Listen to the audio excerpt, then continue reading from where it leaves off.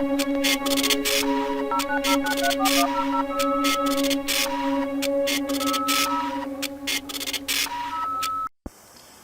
I'm doing this old school, and basically I'm going to start my capture on my tap.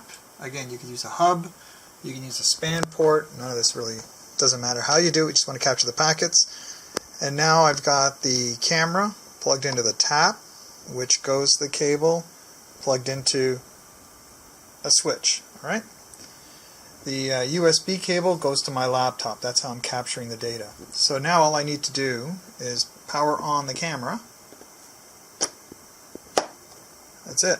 So now I'm going to capture again the boot up. This time it's on a real network and I'm capturing it. The camera is not configured at all for anything. So I just want to see what it does by default, and then we can go in and tweak what we want to see. In this case, because it's on a live network, I'm going to let this run for, I don't know, a minute or two, and then I'll stop the capture and we'll review the packets. Alright, here's the trace file we got from the tap connected between the camera and the switch. And basically just let it turn on, wait however long you want, a minute or two. In some cases you'll see indicator lights on it. Use whatever methodology you want to use, but document it. If it's time-based, just write down 2 minutes. If you're looking for a status light to turn green, write that down. And the reason why that's important is if you come back a year from now, a month from now, where somebody else does it, you want to make sure everybody does it the same way. That's it, period. So the first thing we do with this trace file is, obviously I've shown you a million times to clean up your pane, so I'm not going to do that again, is we need to filter this stuff out.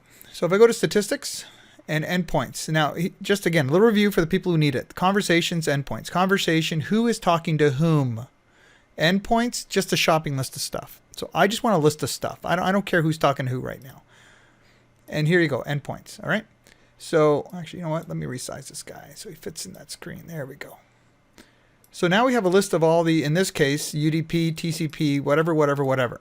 I would strongly encourage you to start with the MAC address first. Layer 2 in the OSI model, work your way up.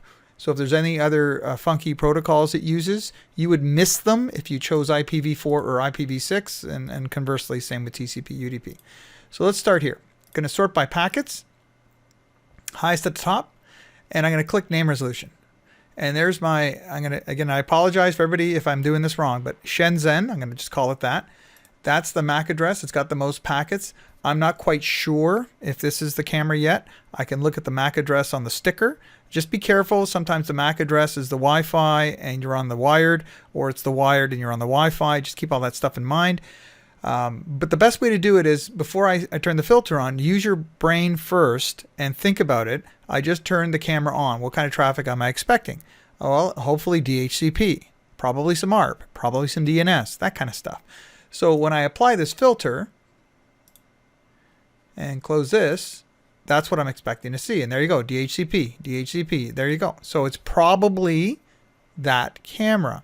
The chances of another camera on my network happen to do the same thing at this time is pretty slim. So I'm using some logic. If I want to be double extra sure, I would just note the MAC address when I go into the web interface, and I would be extra sure. I can also look at the trace file when the camera was connected directly to my laptop and compare those two MAC addresses, but I'm pretty sure this is it. So DHCP, real quick, 4-step process, DORA. For the people who don't know that, it's easy for me to remember because my mom's name is in fact Dora. Discover, offer, request, acknowledge. There's some other ones like NAC, inform, but we don't care right now. Just this is the basic, and we know it works. We know it got an IP address, and the very last packet is from the DHCP server, .37, and the camera with the new IP of 150. There we go. So DHCP is done. We know that works. We know the IP, so we can try to web into it or whatever we want to do in a bit, but for now, that's all we need to know. Then what? Then it tries to ARP, and this is a great thing to know. Why are things ARPing? Because it wants to talk to them, right? Obviously. But when you're talking about things going off net and it wants to get to DNS or some remote server, it needs to know the router's MAC address, because via DHCP, you got the router, the default gateway's IP, but I don't know the MAC yet. So this is quite common. So I'm going to ARP out for .1, which is the router, tell me the MAC address, and here's the MAC address being told. Now, if you want, you can even start measuring things like response time for ARP if you'd like. And this is less than 1 millisecond, which again, we're splitting hairs, but it's just kind of an opportunity to look at stuff. Then what? DNS. It's going to look for ntp.i4.cn. So for the security people, CN, oh my God, CN, oh, wait, just hold on a second. This is going to try to resolve DNS to an IP address. Sorry, it's going to try to use DNS to resolve a host to an IP address. And it comes back and it says, wait a minute, NTP I4CN is a CNAME pointing to time.nist.gov. Ah, all right. So you'll see, if you go to View, Details, and I actually dig into the DNS packet, you'll see in the answer section what things are pointing to what and what final IP we get. And here you can see 132.163.96.4. Well, look who he talks to, 132.163.96.4. Aha, there we go. So we have a few things here we can note. Again, I'm using generic baselining techniques. It doesn't have to be about the camera, but just so I can get it out there. First is DNS. What DNS are you going to? The second thing is, in this case, there are two DNS given to the client via DHCP. 8888 and 8844. And this is kind of nice to know that it only sent out one DNS request to the primary IP that was given to it. Some use secondary, it doesn't matter, but now you get to see the behavior of the actual device. So we see the DNS request go out, we see a response come back, and we see that took 294 milliseconds. It's not good, it's not bad, it's just what it is. We're baselining, we're recording numbers. And we see the response. Then what? NTP. We send out an NTP request and we get a response. That took 55 milliseconds. That's good to know as well. We see some IPv6 going on in the background, which I'm not using in the lab, so it's just going to kind of go in nowhere land. And now we see this DNS query looking for authentication.i4.cn. And i4, I'm going to kind of just give you a spoiler alert, this camera or this manufacturer asks you to go download an application called i4 to access the camera. So that kind of makes sense now. And just because there's authentication doesn't mean it's authenticating anything. It's just a name of that actual host, right? So you can see there's my command, there's my response. Another query, right? Slightly different. You'll see slightly different DNS query. And there's our response. And you can see again, authentication I4CN has this IP address 47.254.50.29. And then I try to connect to it as well using 443. So this will all be encrypted stuff. But now we know what it's talking to. We know it's NTP. It's the first stuff it did. Now we know it's trying to get to this authentication server. It's called authentication.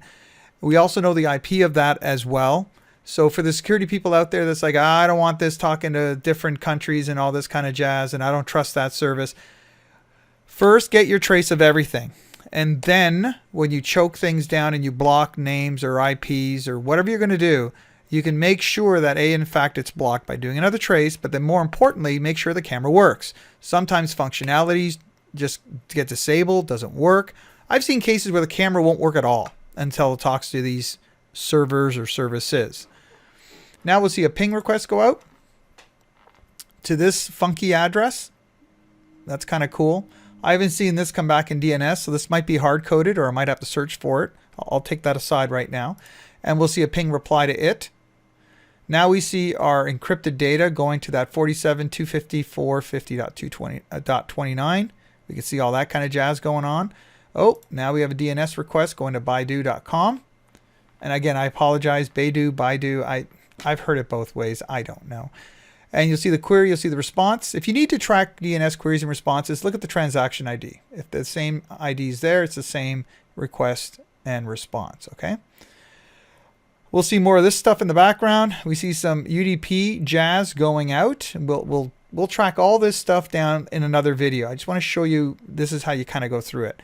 If you do want to get a shopping list of everything, well, the easiest way to do this is I applied a display filter to this general capture.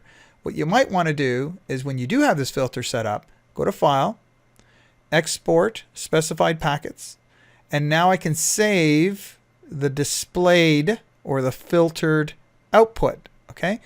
And that's very handy. So I'm gonna just close this for a second. And this is the same trace, but it's filtered, right? So now I know everything in this trace is filtered, and that's what I called it. Boot up connected to switch, MAC filtered. And that way I know that. I would also come down here to my little pencil, and I would make some notes in here saying this is a filtered trace file, yada, yada, yada.